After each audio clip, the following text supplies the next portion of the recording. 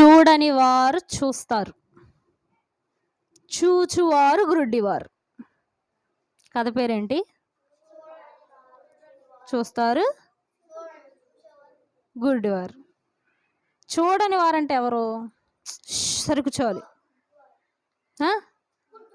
గుడ్డివారు, వాళ్ళు చూడలేరు కదా. మరి చూచువారు కళ్ళున్న వాళ్ళేగా, మరి వాళ్ళు గుడ్డివారు ఏంది?